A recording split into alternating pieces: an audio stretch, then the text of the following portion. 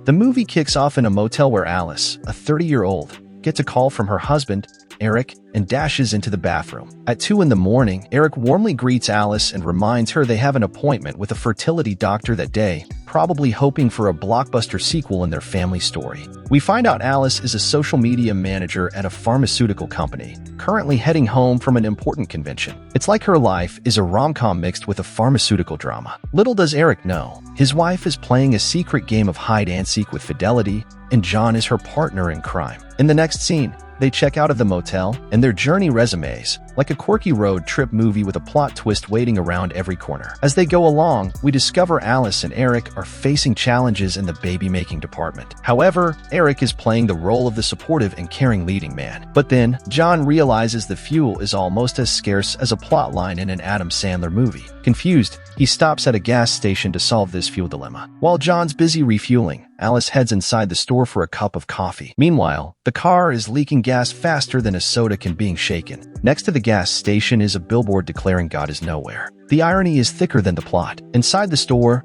Alice tries to pay, but it seems like everyone's taken a coffee break, so she leaves the money on the counter. Suddenly, she discovers blood on the walls, adding some horror movie spice to the rom-com mix. As she reaches for the exit, a mysterious person shoots her in the arm, turning this into an unexpected action-packed thriller. A barrage of bullets follows, and Alice, in true action hero style, somehow crawls to safety, with her pleas for help ignored. John is too busy jamming out to tunes in his car. After applying a tourniquet, Alice takes a peek outside, narrowly escaping a bullet. Now, she's stuck, cornered by an unknown assailant, with her oblivious friend John on the outside, clueless as ever. Desperate, Alice reaches for her phone, but the sniper has other plans, destroying it with a single shot, leaving her with no signal and no hope. With time running out, Alice decides to check out the CCTV footage, discovering an exit door like she's in some suspenseful escape room. Suddenly, a voice echoes, and she finds a walkie-talkie on a nearby desk, like a thriller with a comedic twist. Reaching it is risky business, with the desk in the sniper's range.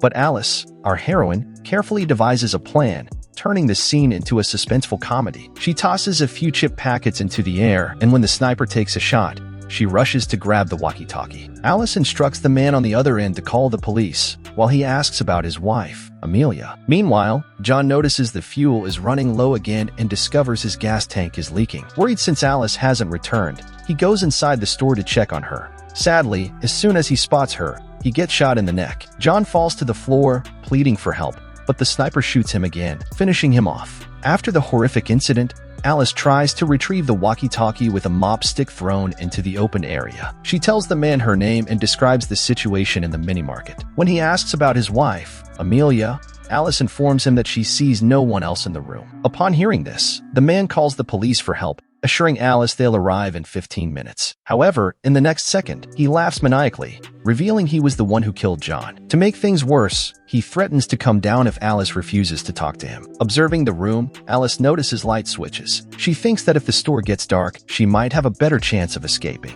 Alice grabs objects and hurls them towards the switchboard, but it doesn't work. Then, she realizes the shelf behind which she hides has wheels. Slowly moving the shelf, Alice dodges the bullets and turns off the lights. She tries to contact someone else on the radio, but it keeps connecting to the sniper. The sniper claims there's no one else except himself, Alice, and his late wife, Amelia. Alice discovers Amelia is dead, and the killer admits to murdering her for cheating.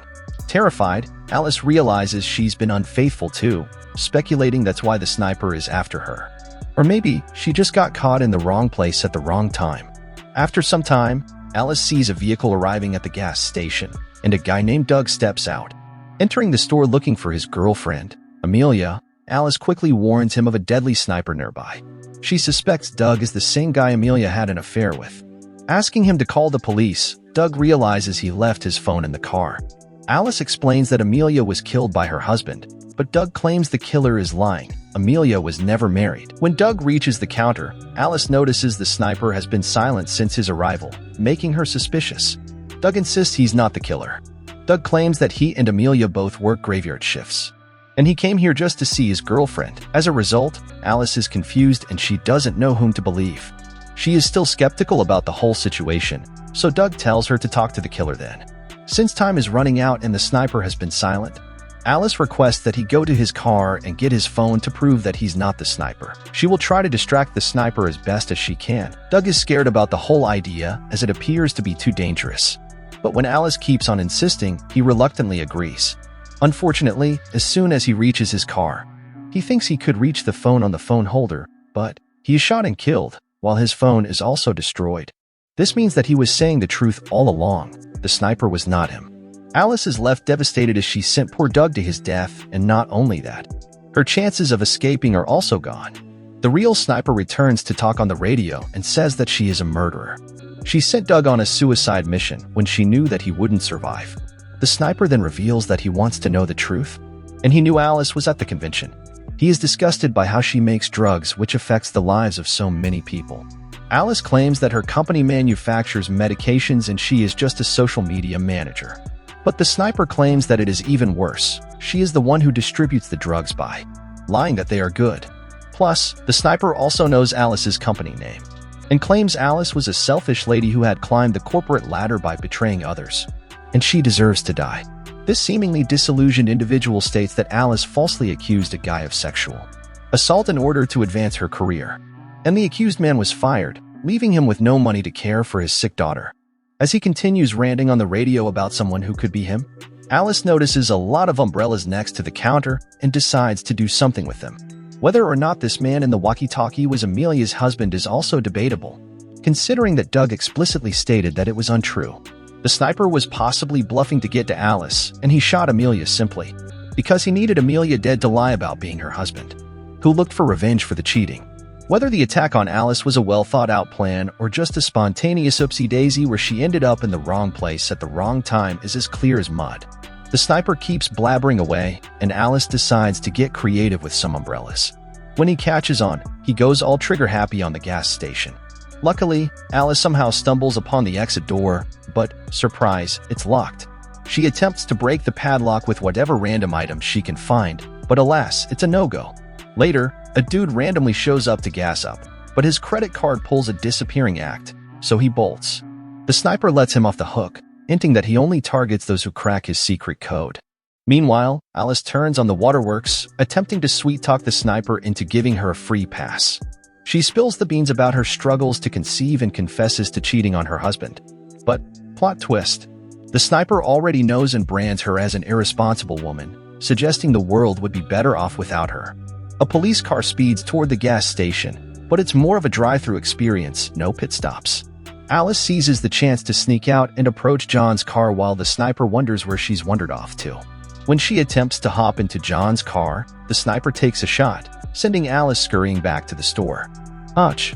She catches a bullet in the thigh, but she's a trooper, applying makeshift first aid while the sniper goes on and on about life. Alice spots the uniform of a certain Henry guy who got the boot a few weeks back. His stuff, including a pic with his daughter, is still hanging around. Armed with a hacksaw to cut the padlock, she ends up injuring her hand in the process. Frustrated, she grabs the radio and tells the sniper that fixing his issues will require more than just offing her. She even throws in a Henry and sympathizes with his life. But cue another surprise. The sniper responds with a deadpan of who's Henry. A car rolls up, an old man steps out, spots Doug's corpse, and loses it. The sniper notices and promptly shoots the old man. To add to the chaos, the man's wife steps out, and Alice desperately tries to signal her to hide, but it's a case of too little, too late. The sniper takes aim and shoots the old lady too. In a bizarre twist, an innocent couple becomes the unwilling audience for their own murder show. The killer dramatically claims Alice carries the evil gene, destined to be inherited by her unborn child. Alice, rejecting the notion, spills her life plan of steering clear of kids to prevent them from turning into depressed, shadow-dwelling, innocent people-killing snipers. Just as Alice believes things can't get any stranger, she spots a little girl named Cindy in the car. Cindy, witnessing her grandparents' brutal end, is frozen in fear. Alice, taking on the role of negotiator, pleads with the killer to spare the child. His comeback? If he wanted to harm her, it would have happened already. Then, the kicker, would Alice sacrifice herself for Cindy? With confidence, Alice says yes, and the sniper generously gives her 2 minutes to send the kid on her way. Switching into superhero mode, Alice directs Cindy to hit the road. Despite Alice's persuasion, Cindy heads for the store, fearing the dark outdoors. With no other options, Alice becomes the gatekeeper, slicing through the exit gate's padlock. Meanwhile, the killer, done with his billboard thrown, casually walks toward the store to conclude the gruesome job. After some tense cutting, Alice successfully opens the padlock, only to discover another locked shutter behind it. Now, with no way out, Alice gears up to confront the monster herself. Swiftly, Alice hides Cindy and grabs any available weapons, getting ready for a showdown. The sniper arrives at the store, goes in, and starts looking around. He questions Alice about being sent by her betrayed husband, a fired coworker seeking revenge, or an anguished father who lost his daughter due to drugs from her company. In a surprising move, Alice ambushes him from behind, sticking a rod in his back. However, the sniper fights back, and a struggle unfolds as Alice tries to reveal his identity.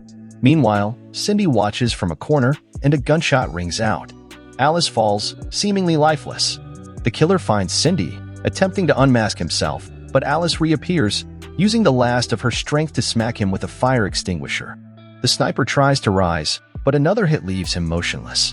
Alice drags him to a hydraulic press, contemplating who he might be.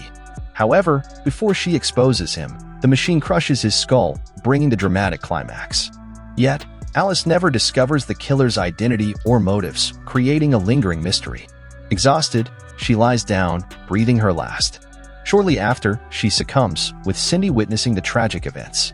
In the final scene, the little girl exits the store and strolls down the road.